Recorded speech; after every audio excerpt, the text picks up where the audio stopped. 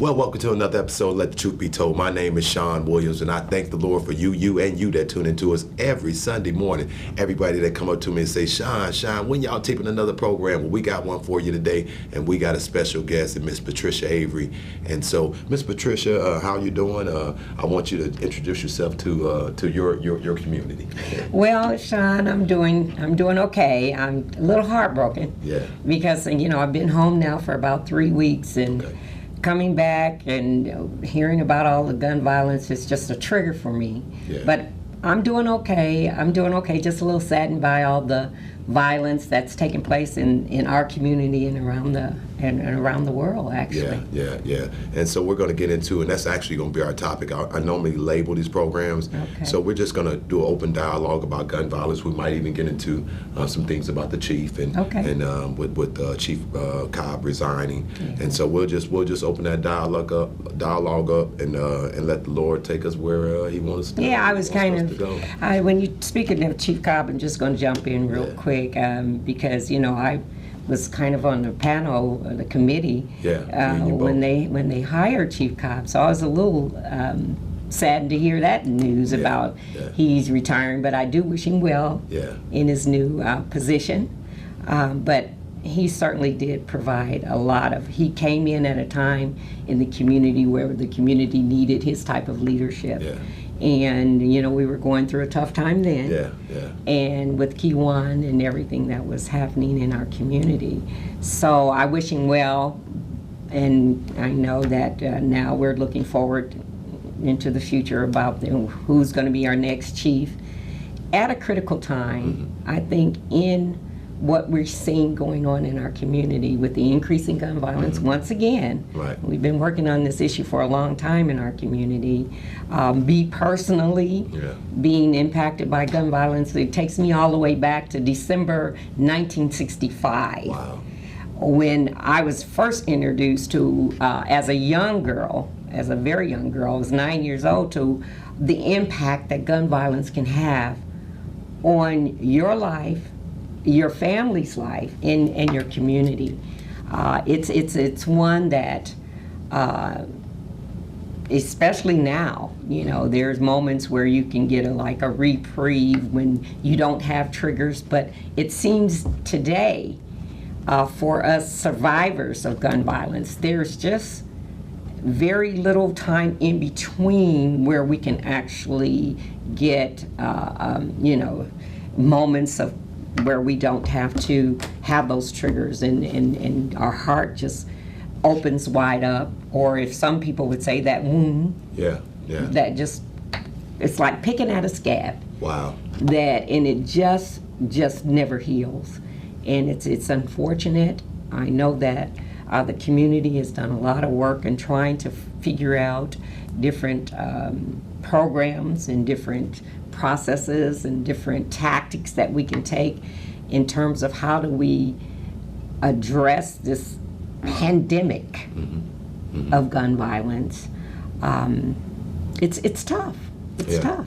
You mentioned Chief Cobb, and we were on the search committee together. Yes, we were. Yeah, and so that was new for me, and but I kind of knew from being my post being on the city, in the direction that I knew a lot of African Americans wanted throughout the community, and trying to build that relationship.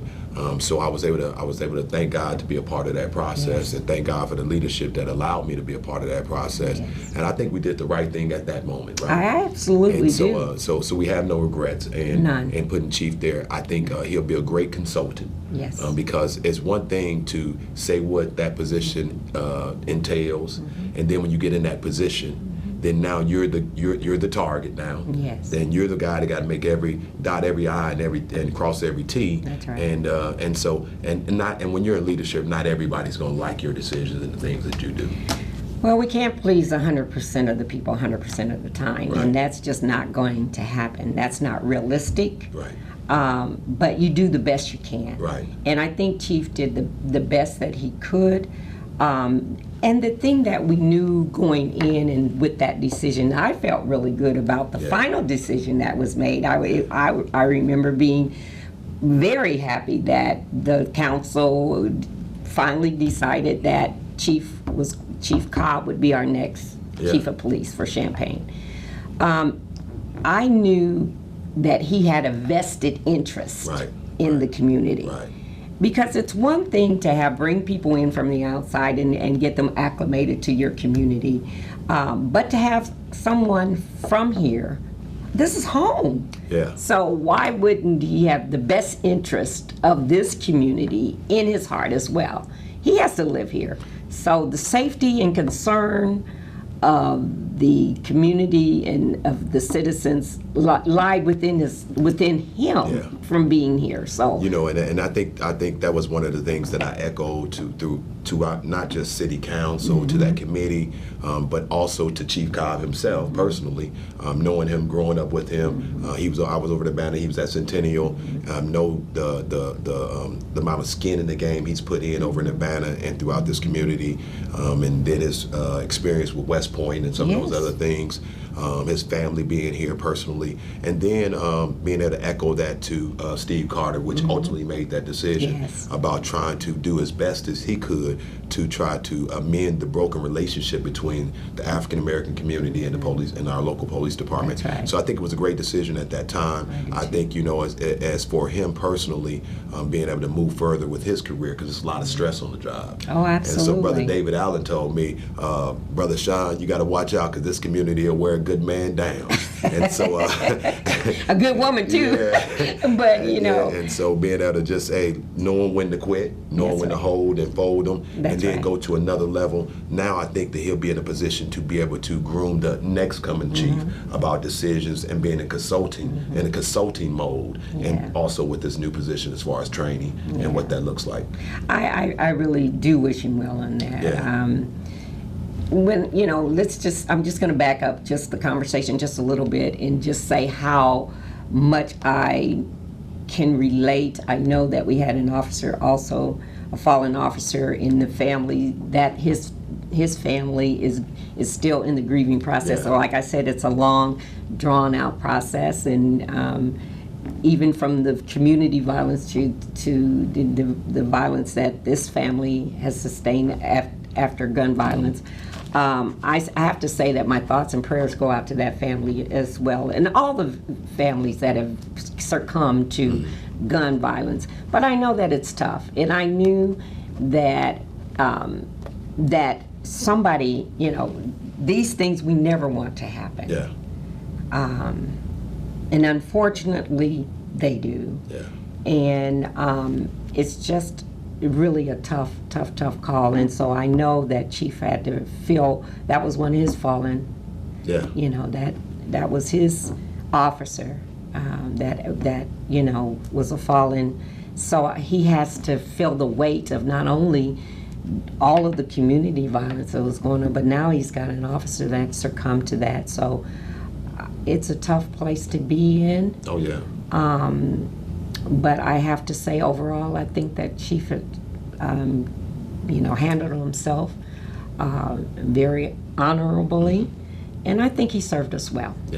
And so, with being in the military and being in leadership, at some point in my military career, you're responsible for what happened or failed to happen on your watch, and when things like that happen, you kind of take a part of that with you, right? And so, and that happens in leadership. And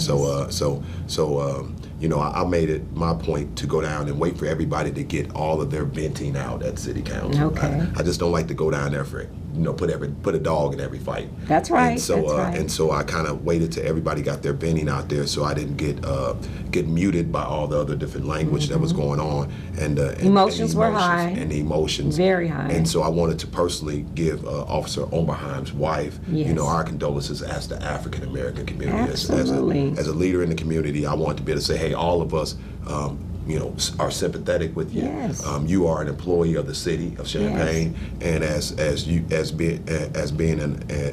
her husband being an employee of the city of Champaign, we want to be in a CEO level then as community, and being able to say, hey man, we're very sorry about what happened. Absolutely. And so I thought we should have did more from the African American community standpoint as far as leadership, being able to immediately jump on media immediately jump Exactly. out and make some statements, Yes. and also address the gun violence that we've been dealing with for such a long time in our community. I think, I'm just going to say it, we dropped the ball a little bit on that, and so I'll say we.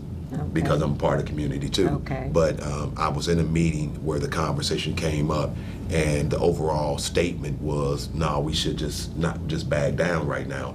And sometimes you gotta just say the tough stuff. Yes. And so I think I was silent, and I should have been a little bit more overbearing in that meeting. I thought some of the guys in there were a little bit more studious. Actually, some of them had more different positions in the community than I have, as far as professionalism and stuff like that, as far as professional positions, as far as, elected officials and those type of things. And so I let them lead the way, but I think they missed the opportunity to be able to bring communities together. Being That's in the right. funeral home business, it's an amazing thing that could happen after a person passes away. Yes. You can either bring people together, or you can divide Tear them 'em even apart. further. That's And right. so during those emotions, you can love on folks, and That's you can right. get them to understand you a little bit more. You understand them a little bit more. And so I think that was an opportunity where we'll say, I understand your pain, right? Yes. And so being able to, and I try to do that at every family that I deal with, I know you do, Sean. to You try to understand your pain, through all the chaos, because we're all at different levels in life, right? Right. And so, and my grandmama used to say, keep on living, because, you'll learn. Yeah. And as you go well, my through more and grandmother more. used to say, keep living, you're going to get old. And so you'll start learning, right about that. you'll start learning the process of how to deal with stuff, and from my own personal family and the things that have happened to the community, because I'm affected when everybody else is affected, right? Yes. And so knowing folks in the community, knowing that some of these young folks that died through gun violence, raising them up in my shop since babies, and even some of these guys that had committed these heinous crimes, knowing them since babies, and at what point do you kind of take that fork in the road? At what point do you start to harbor all this hurt and this Right. this anger How that do you you have come in to life? that intersection? How do you come to that intersection? Who's there with you to help you Right. make that decision, or who's not there with you to help you make that decision? Where is that voice of reason? So what you said was a lot, Sean, and I'm just thinking that was a perfect opportunity, and I wish you would went with your first mind. Yeah. To show not only our community, it helped to from a different perspective or an angle, that it's not us against them. Yeah. We're a community together. Right. This was the perfect opportunity to show that it's not us against Right. them. It's not the community against the blue. We're all a community of one. Yeah. And when they hurt, we hurt as well. Yeah. We know the pain. We know it very well. Yeah. We deal with gun violence on a more regular basis, so we know the pain. So this would have been a perfect opportunity to show the Oberheim family that we understand, that we feel your pain, and we have, common ground here. And it was such a turbulent time, during that process, because I was dealing with gun violence that was going on within our community, with some of the murders that were happening, Right. and I was dealing with street crimes task force with dealing with some of this stuff, and I could see the frustration in some of the officers' eyes, but they had commands, they had orders they had to follow at that same time of dealing with pain, right? And I could but they blocked off streets for some of these guys that, maybe wasn't some that they would call some the upstanding citizens, but they did their job. Right. And so and these families appreciated them doing their job to be able to assist them while they were going through this emotional loss That's of a right. loved one, because pain is pain. Pain is pain. Pain is pain. Death is death. Death is death. And so what I did as far as my We business, might grieve differently, Yeah. but we hurt the same. We hurt the same. Yes. You'll never see this loved one again. Right. And so what I did as far as, just to show them just a token of love, was being able to donate to the Oberheim's family fundraisers that they had, to just show those officers, man, we appreciate your service. We appreciate what you've done for us today. This family appreciates what you've done for us. And so and it just those are moments that we can bring each other together. You show some respect, and then we also got to show the same respect. We also got to show the same concerns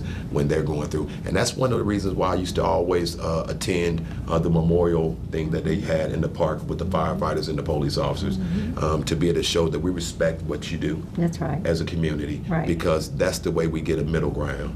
And Well, if something's going on in the community, who you gonna call? I mean, we pick up the call and we pick up the phone, and we've got to call the police for, every now and then we need to call them in to handle a situation for us. So we know that we need the police. I think we understand that we do need the police, but we also need, when we're dealing with this pandemic of gun violence, I think as a community and as the police, they know and we know we cannot fix this problem alone. It's going to take a partnership between the police and the community to get this pandemic of gun violence under control. So we need the broader community. We need everybody to have compassion about what it is that we are trying to do in our community, because if people over on the other side, we don't need the NIMBY syndrome. It's not in my backyard, because gun violence is now, it's everywhere. A pandemic like COVID. Right. It is everywhere. And so no one should sit back and feel at ease or comfortable, and it should not become something that we are okay with. Right. Right. We can't be complacent around this whole issue. So we need each other. And the moment that we understand that's the frustration I have a little bit when we go to these community meetings. We need more people at the table. Right. So let's take it back, because you said that you ran through you experienced this gun violence back in '65, and so you were 9. I was born in '69. Okay, and so.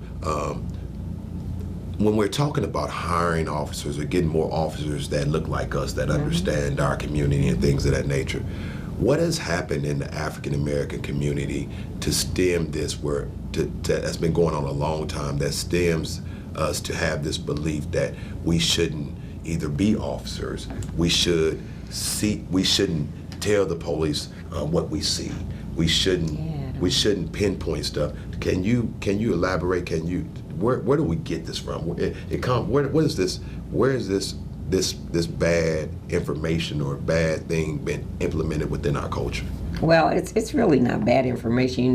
Historically, we have had I would say, a very strained relationship with law enforcement. Right. Because if you know the history of law enforcement, they are there to to control and it's.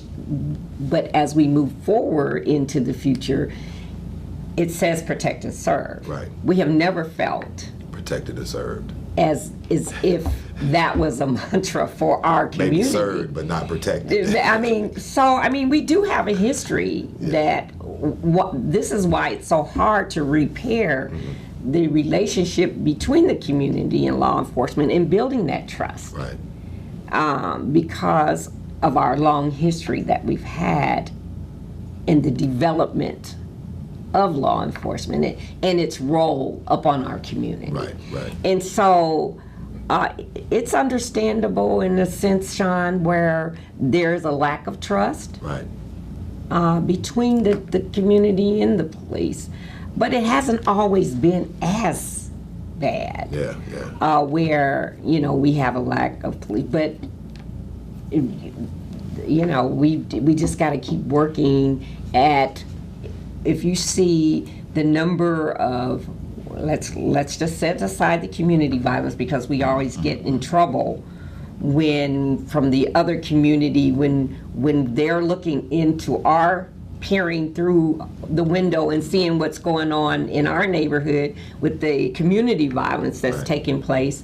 And the response to that, what they don't see is a lot of the work that goes on behind the scenes, where we are actually working very hard to wrap our arms around and get our arms around the gun violence. But to see that and then to see how our response is when a police officer shoots and kills, and one of us, and the response. Some would say, where is all of that aggression? Where is that response when it comes down to things?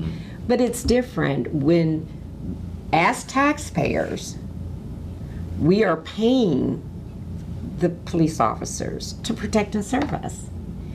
And when we don't feel that we are being protected and served in a way that we deserve to be, we don't get the respect that we deserve to get, then you're going to have those tensions among, and it has just built up over. It's not an isolated incident. Yeah. So my Reverend West chunk of brick is coming through. Right? Okay, bring it on, Mr. Reverend West. So what the officer would say is this: when they had the call to go to the American Legion, and it was multiple gunshots, multiple shooters, and they showed up on the scene. They were getting talked at, really roughly. Really? They were asking questions. Nobody was really responding. We ain't seen nothing. It's 50 to 70 to 100 people out there, and it seems like the work that they're trying to do is being pushed back on. And so what a lot of times when I'm talking to some of these officers, they say, well, we can't get anybody to come forth and be a witness. That is a problem. That is a problem, because until that gun violence comes to your door, do you really understand and truly wish that those people that are standing up, that silence, and not speaking up and telling what they actually seen, that's a real big problem. Yeah, and we really had. I mean, I've spoken with the guy, and he said, man, he actually was part of the Legion as a member, and he said, I seen what happened, but I'm fearful of saying anything.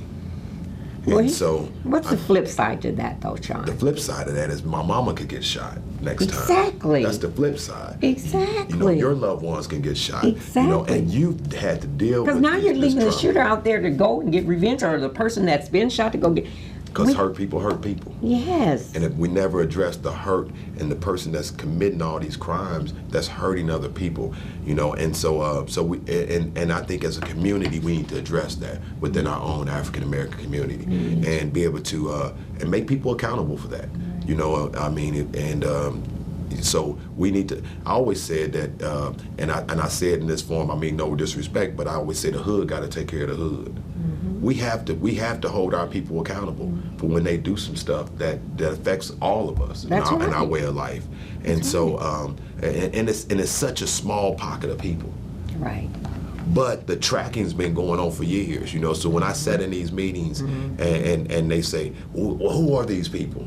Right. Well, these people, and I've sat in some meetings where I've been a part of the school district. Right. Somebody, they say, well, who are these people? Right. You've been following these people since Head Start, since kindergarten, since the 5th grade, when they dropped out in the 8th grade. Exactly. You know the parents. Exactly. You know the ones that were attending. The ones that we need to pay attention to and keep our eyes on. Exactly. We know who they are. So I think everybody has to everyone in the community that cares about this problem has a role to play. Right. And we see the red flags. We see the young woman or the young man who's getting off track. Right. And we just ignore them. I said to somebody the other day that we have a generation of where we as the adults didn't see. We made these children invisible.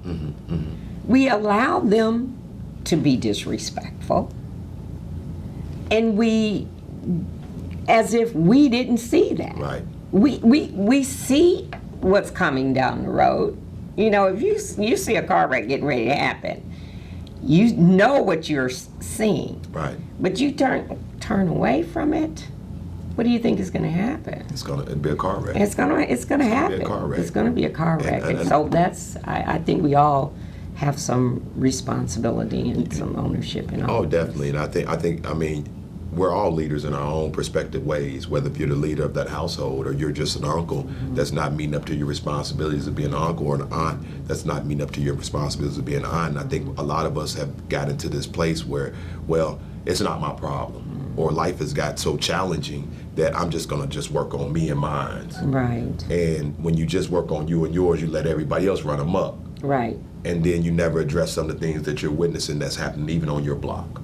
You know, and so I think society and technology and a whole bunch of things has gotten us to this point, you know. And I was listening to 1400 this morning, and I was listening to the various different callers that called in, and somebody called in from Decatur, and you know, we don't have a sense of community anymore, you know, where we can go into a community space and everybody respects that community space the same way that we used to. That's right. Right?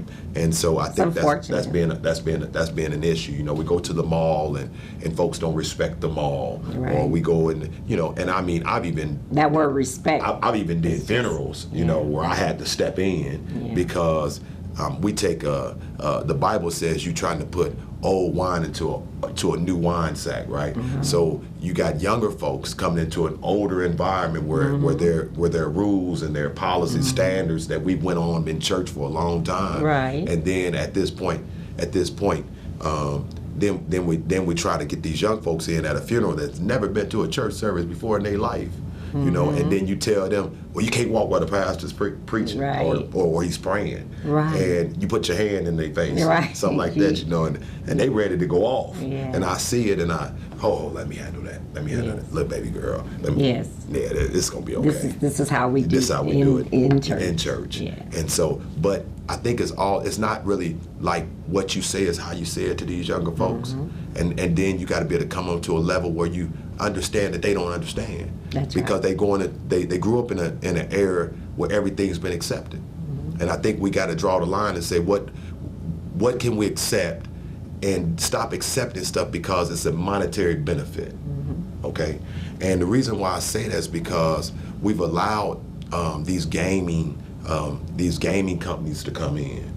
And when I was in the military, right, Patricia, I was in the aviation unit over in Germany. Okay. And so I was a cook over there, though, and I remember going to. You can cook. Okay. And so I end up going into so I was in a helicopter aviation unit, and so I remember going to one of the spaces where they had where the newer pilots, they would go in and they would get in a simulator. Okay. And they would simulate like they were flying. So it was almost something like a spaceport where you kind of sit in and you kind of fly the helicopter like that way, right? Yeah. And it helped them practice for when it was the real deal, when they got into their real helicopter. When I look at these young folks playing something like Grand Theft Auto, it's a simulator, and we let generations of kids be in a back room in a simulator. Right? So now these guys are grown, right? And so they grew up a lot of hurts, a lot of pains. Father wasn't there, mother maybe not been there, or worked a few jobs, or had bad relationships, and the schools pushed them to the side and had them in a holding tank. Real life stuff. Yeah, had them in a holding tank while they relied on getting this funding, instead of addressing this kid that's really saying, hey man, I'm hurt. And I need some help. Yes. And nobody really addressed that the kid needed some help. That's right. You know, and so we kind of pushed them off. Right. But now that's why I said they became invisible. The recipe card for them now that they go to, because I always say you are what you eat. If you turn into what you tune into. That's right. And so now we buy these expensive earbuds, and so you never know what your grandson is listening at. All you know is he want these Apple earbuds, and so he's putting those in his ears, but he's listening to these different various rappers, right? And they're telling him, you know, somebody disrespect you, man, you get a gun. Matter of fact, you get a big gun. That's right. And you get a whole lot of bullets. Right. And you don't care about nobody. It's a song that's out by an artist named Moneybags, and it, probably don't know. Yeah, and it's one of the number one songs on the charts. Oh, really? Okay, and it's called "I Don't Like Nobody." Oh, how? And it's how does that become? Even the title itself is He says he don't like women. He don't like men. He don't like. Well, he got a lot of other words he calling it, and he don't like that. He don't even like God. Oh, wow. But this is where we're going. And that's the number one. The number one song. He was able to. He performed, I think, at the Mayweather fight. Wow. He performed at the Soul Train Music Awards. Okay, so now you got record. See, it's such a bigger, broader conspiracy, should I say, than we even think about, because we're looking at the leaves off the tree instead of going to the all of these subliminal messages that our kids are getting. And I think about, oh my God, the thing that, well, see, I'm a BB now, so that means I'm a grandma. And I see these young kids. What drives me absolutely insane is watching these young kids on these video games. Some of them are up all night playing these games, and I've actually seen some of those games. They are so true to life, like, and the violence and it's just the guns that they have on these games and the violence that's in these games, and these kids are gaming all night long. You can get on. You can put your earphones on. You can get on the internet. You can You can play against a competitor across the country, across the world. Yes, that's what I understand. They're trying to get these gaming to the level where it's part of the Olympics now. Oh my goodness. You meet in Vegas for the show. Right. You got it on the biggest television screen that's ever made. And so. So what are our children being fed? Exactly. They're being fed all these negative images. They're being fed all of this negative verbiage. They're not in the community is being played out in real life. So where do we go to get all of those positive reinforcements? Where are they coming from, Sean? You get this false sense of life, and those are the boys, those are the men that's supposed to be reared up, right? But even the ladies, the image, that you just couldn't be just, if you don't look like this, then you're not the standard anymore. Wow.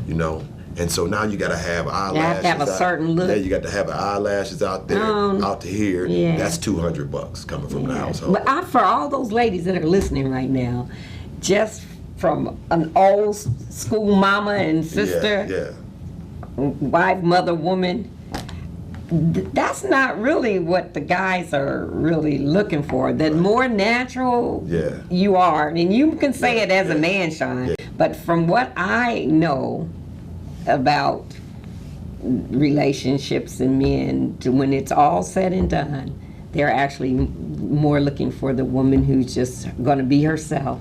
Somebody who's more natural. I think that the most men that I've known, and even the younger men, can appreciate a woman who is closer to just who she is, just being yourself. Having some self-value.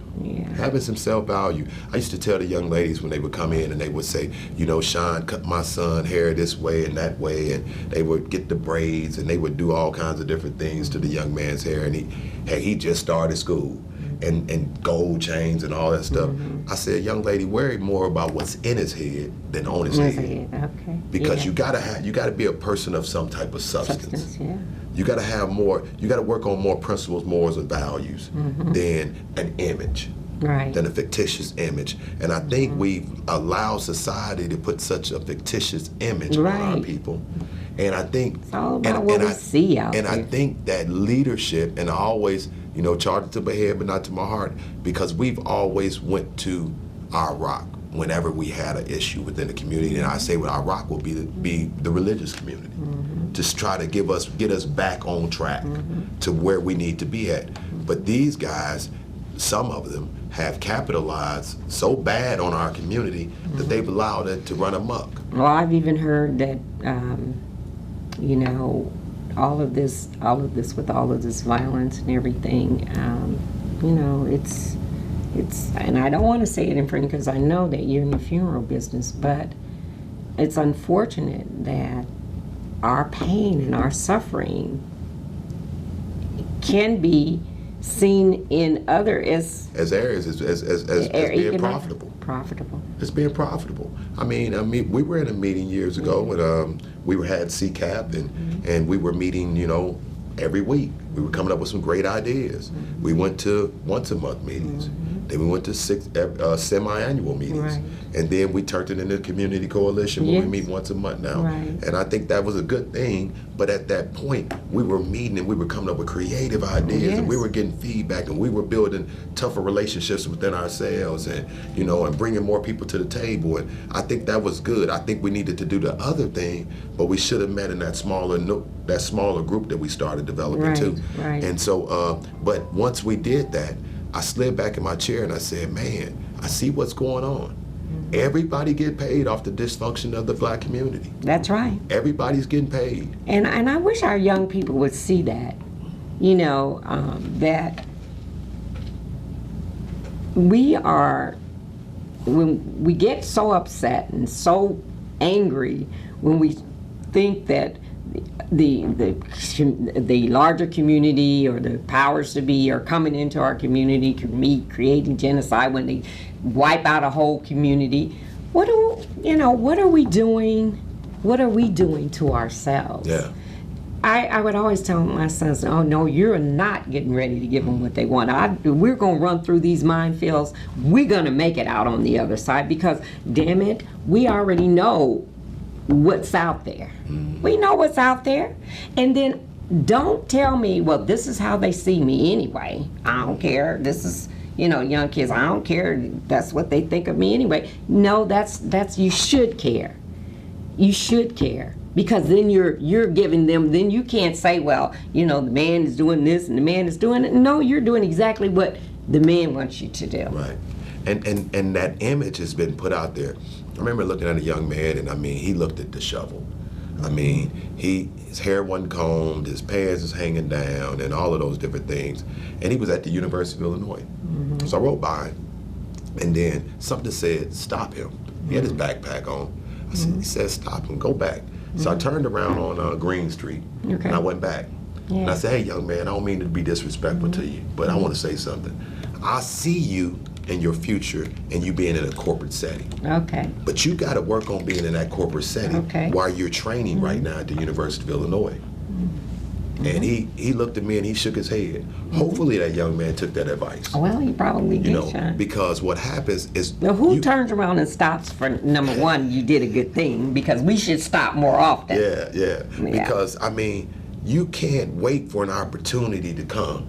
Right. And then you start to get yourself together. Right. That comes over time. Right. And I think a lot of us, you know, don't prepare ourselves for great opportunities, and then we don't pause for important things. We're so used to getting entertained, and everything that we want to do is to get entertained, you know. And I tell some of my buddies, It's instant gratification. I tell some of my buddies sometime when they're watching either, you know, like we just had the NBA finals and all these other different things, the Major League Baseball, and Major League Baseball had a cliche or something that they would use, and they would say America's pastime. And while you're over there watching, you know, a 4-hour game, Right. you need to be doing what the devil done already stole from you, and that's retrain yourself, grab some knowledge, grab the things that you and your family need to now start building up a legacy and some generational wealth. That's right. You know, and start understanding what that means, generational value. That's right. And stuff like that. And so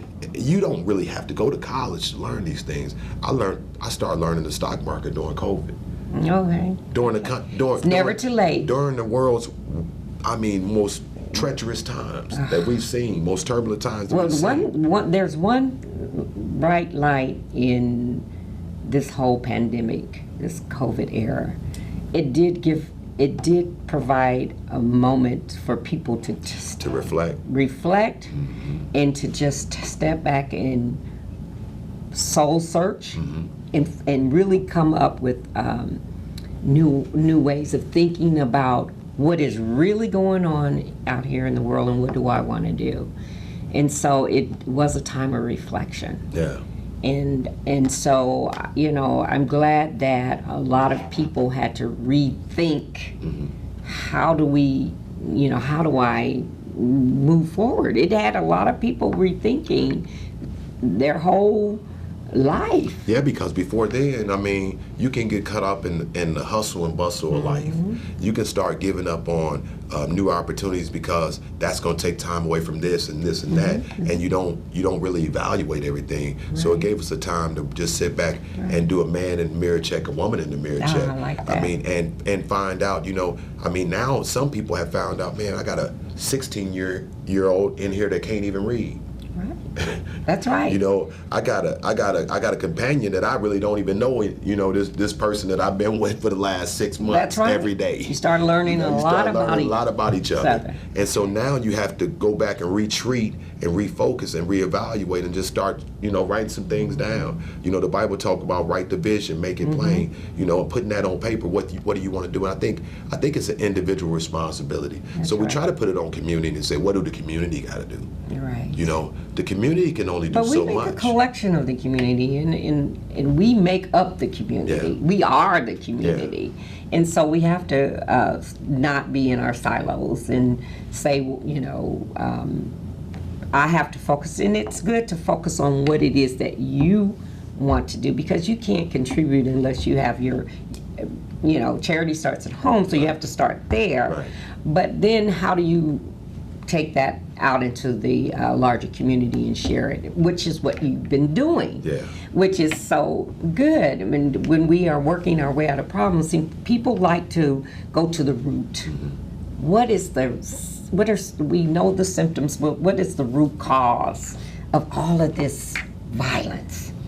And how do we work our way out of this? I think, Patricia, in so many different areas, we've been rocked to sleep as an African American community. Okay. And when I say rock to sleep, if we go into our place where a lot of our most studious people, are educated, a lot of our educated people have not came back into the community with the genuine concern to re-educate the community. Okay. We haven't opened our spaces up, and I think the spaces that we do have control of, which is i.e. church or any organizations that we control, and we don't really have any spaces in organizations that you can tangibly touch. That was why it was so important for us to create this space that we're in right now, right? So that we can bring in community folks in a nicer environment, in a business setting, to get their mind to think more business, right? More broadly. And be in control of the narrative that go on. And that's important too. God bless the child that got his own. Nobody can come tell you what to do. You better say that. Nobody can tell you what to do. We put out the information that we want to put out. And that is powerful. That's super powerful to be in control, be in the driver's seat. That's right. And showing these young people how to get in the cars and get in that driver's seat is really important. And I know that's something that you're doing. And so I mean, even with whether it's radio or whether it's television, somebody got to say the tough stuff. That's right. And so I thank God for putting me quit into making excuses. We got to stop making excuses and saying, well, it's this and it's that. Let's just stop making excuses. I remember excuses. watching a video. Young man had did it. I think he was out of Memphis, Tennessee, and this was before President Obama won the first election. And I used to play this video in the barbershop, and I played it at the Boys and Girls Club when we was meeting with groups. And the video, and it had a different narrative. It had this figure like the devil that was running amok, and it had the African American community and where we went to always get our strength to build up. And when it talked about and it showed, well, no, he had just got elected, and it showed Oprah Winfrey crying, it showed Jesse Jackson crying, and that when he first got elected, right? And that night. And it said, but the sad part about it is that we'll get him in as the African American president. We'll be all happy that moment, but we'll go right back to be in that community that's going to struggle. And then we'll blame the police in our neighborhood. We'll blame the teachers. We'll blame everything else. But instead of blaming each other for not being able to come together, we have to get over our phobias and fears of each other. That's right. And start to trust each other. That's right. And start with our youth. So we can't be afraid of our own kids. And honestly, I owned a club at one point, right? I had young people around me, and we served alcohol, so keep it real. We served alcohol, so I could be around my young folks, even in an intoxicated mode, and I wasn't as fearful, because of the fact that, You know, it wasn't at the level of gun violence that we're dealing with at this moment, Mm-hmm. but I could be around them. And a lot of them I grew up around me, Knowing. and I've always, never tried to stay humble, and It's always definitely tried to about stay, relationships. approachable and those type of things, and conversate and loved on them, Mm-hmm. And when I run into a lot of my young guys, I hug them. That's the first That's thing I right. do. That's good. Is hug them, because most of these guys never got a hug. And I even had to think back to my own childhood. Mm-hmm. How many times did my daddy hug me? Yeah. Yeah. Oh man, I don't remember. Right. I don't remember my dad hugging me and Right. just come here, son, let me give you a hug. Probably That's once right. or twice. And you don't know what that's doing to their heart. And that's what I was saying, that about relationships. We have to make our children visible again, Yeah. where we actually see them and hear them and reach out to them. Don't be afraid. I mean, sometimes it is about, how do you build a relationship unless you communicate with Yeah, somebody? yeah. And it is those tough guys out there that haven't gotten the love. Because if they had love for themselves or for the other people, They'll they wouldn't be love it. doing the stuff Right, that they're doing right. out in the street with these guns. Right. So the only way I think that we're going to really reach the tough guys, and it's going to take people that can talk that language. Mm-hmm. And we hear that over and over and over again in these community meetings, where there are guys and women out there that know who these people are, that can develop a relationship because they're talking the same language. Right. So let's build that. Let's start to build make those kind of connections and build those kind of relationships, and stop diverting every time we feel like we've heard this over and over again, where how we need to reach those real tough to reach young people. And they going, like Grandma said, you keep living, you're going to get older. So they're getting older and older by the day. So if we can start to reach them, because we know who those kids are, and start to really develop and have those real relationships with them at an early age, and I mean going into the communities where it's tough, we've got to be able to support that and let that work happen. And I think just on the community side, whether if it's the cities or if it's organizations, just have the people in place so when they do come to themselves, they got the resources. That's right. We got the resources. I think that's about the most you can do on that level. You can't go to everybody's house and run everybody's house and try to run your own house. You can't do So that. you can't do that. So just have the resources available there. Do your part Right. and have resources, Right. and let the rest work itself out. Because like you said, Sean, once you get them to put the gun down, then what? Yeah, so just have those resources there so we can convert them and say, hey, look, this is where the resources are at. This is where the job training is at. This is where you can go get your driver's license. This is where you can get your apartment assistance at. And so those things, so we can send them and channel them places instead of just saying we need gun violence to stop today, because it didn't start just today. Well, the one thing I do know for sure, we can't shoot our way out of our problems. Yeah. And we only create more problems and more hurt. The community is suffering, and eventually, even the would-be shooter has a heart. I mean, if you lose somebody, everybody got somebody that cares about them. That's I would think. for some of these guys, that's the reason, that's the hurt that was built up to make them join apart. See, a lot of these guys in these groups that, and I wouldn't say gangs, I would say groups. Okay, that's what They're I've been they're hearing. developing these groups off of murders. So they're starting to. They were hurt by, you killed my friend, and I'm going to start gonna come an together, organization under the auspice of my friend's name, and then we're going to hurt you. Yeah, but we got to tell and them so- eye for an eye is not good. Yeah, and so we got to get them to the point where whoever is in the space where the positivity is going on, they now go back and build up the courage to go talk to their young folks. Yeah. Well, we talk about bringing them to a table the table of peace, but somebody's got to be able to bring this, talk to this group, and somebody has to be able to talk to this group. But there has to be somebody in there that says that's not the way to do it. I don't think that these younger guys are going to come to that particular table. You don't think so? I don't think. So it's going to be that individual. It's going to be that grandmother that they have compassion for and they love. Okay. That's going to have to give them that conversation. It's going to have to be that uncle that's connected with them. That's the surrogate dad that he's been watching.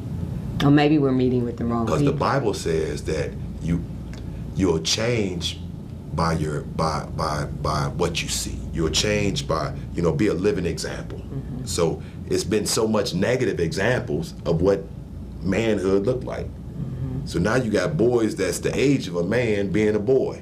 Right. And he's playing not cops and robbers, but he's playing Grand Theft Auto in real life. Right. And so another thing is that we got to just not have such this shield built up, because you're running a lot of people and you say, hey, how are you doing? And they'll say blessed and highly favored, right? Okay? Knowing you toe up all in the inside. That's right. I learned the word from you guys in doing community work was called transparency. Mm-hmm. Right? Yeah. And I heard that word over and over and over again, transparency. And in learning that word, we got to tell and be real with folks and say, man, I'm hurt. Right. My kids are hurt. That's right. We haven't got over the. I remember riding past your family's house. That's right? not only being transparent, but that's being truthful and honest about what you really are going through. I remember riding down. Probably get emotional on this one, but I remember riding past Vine Street, and I riding down there, and I think it was a holiday. It had to be Easter or something. Mm-hmm. And I was riding, leaving my mom's house, riding down the street, and I always remember you guys having something going on. Mm-hmm. And the family's hurt. You've lost two very precious jewels to the family. Mm-hmm. And the family's hurt. Yeah. And so, and then who addresses those folks? Right? We don't, when I'm in the funeral home business and I talk to some of the families, like my family that I did the funeral for over here, look, after this is over with, Mom, and you find out who needs some counseling. Yeah. We're going to provide that counseling for you guys. Mm-hmm. But I don't think enough of us have compassion enough to say, hey man, we're going to need some counseling after this, because this is so traumatic that it's a hard pill to swallow. Yeah. I mean, I just dealt with Bishop Wright's wife, right?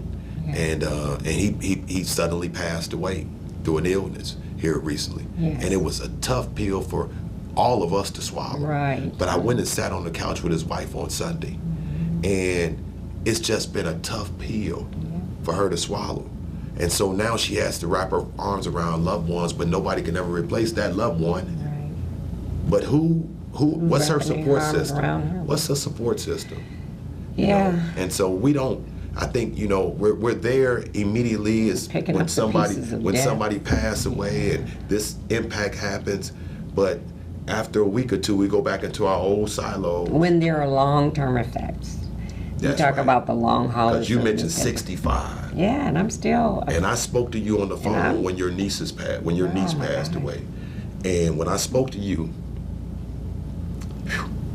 when I spoke to you on the phone, this is tough one for us. You being my friend, I spoke to you on the phone, and you was telling me about Mom. I haven't got past Mom. No. I can hear that 9-year-old girl. Mm-hmm. She comes back. She does. Right. And it happened to be at a time where kids are all excited. Yeah. Right before Christmas. Wow. I just learned, that my mom took me out and we did all these Christmas shopping together, and I was able to do all of these wonderful things, and then to have that taken away from you at such a pivotal time. Yeah. And my mother was actually also born on Christmas. Yeah. And so all this happened in December. So Michael lost his mom to gun violence as well. So for him, Christmas, and she was born on Christmas Eve, so for him, it took a lot for me to get him to even enjoy the family and the holiday. But it happened, I looked at it in a different way. I had to celebrate my mother, the 9 years that I did know her, so I tried to make a big deal out of it, while he was trying to suppress his feelings about it. So and there are so many people that are hurting, in our family because of the tragedy that we've sustained and around gun violence, even with just Bailey, being young, can't even make it to his 21st birthday. And these are people, so many innocent people die behind this whole violence. I recently did a funeral, and these young men, the young man, I think he was young, he was 29, 20 something, and one of the young guys, these two young guys were walking off as they were leaving the cemetery, and they had to have been about 15, 16 years old, and I heard the conversation when they said, man, I was trying not to cry. I was trying not to cry. I was trying to stay strong, and it felt as though that was being a man, instead of learning how to grieve. Learn how to grieve.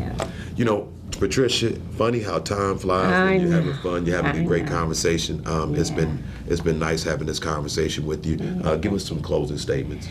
Well, Sean, thank you for inviting me. Anytime we can talk about this topic of gun violence, it's not an easy topic to talk about, especially when you're a survivor of gun violence, but it's a necessary one because we've got to find a way to get this pandemic of gun violence under control. Our community, especially in the African American community, death seems to be all around us.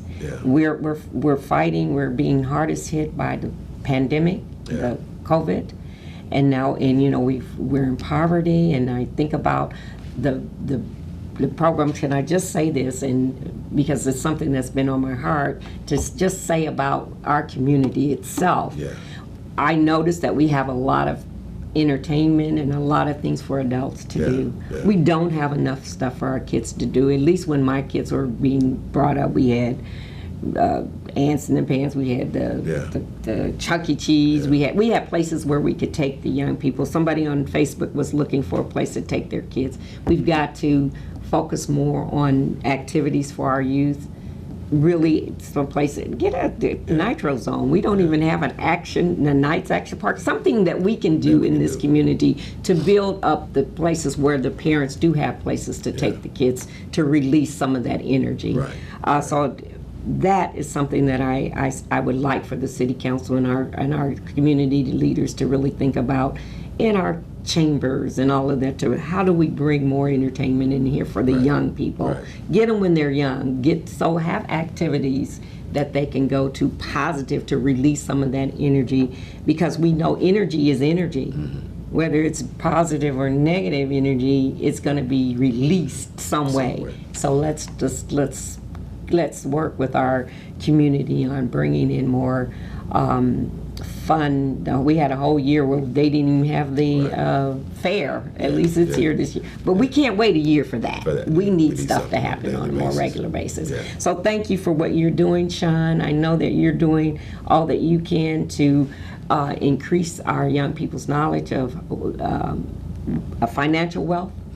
Because we know poverty and economics is a big problem in our community, and teaching them how they can gain that wealth is very important. So I want to just say thank you for doing that. Yes, ma'am. And holding things down, while I'm off.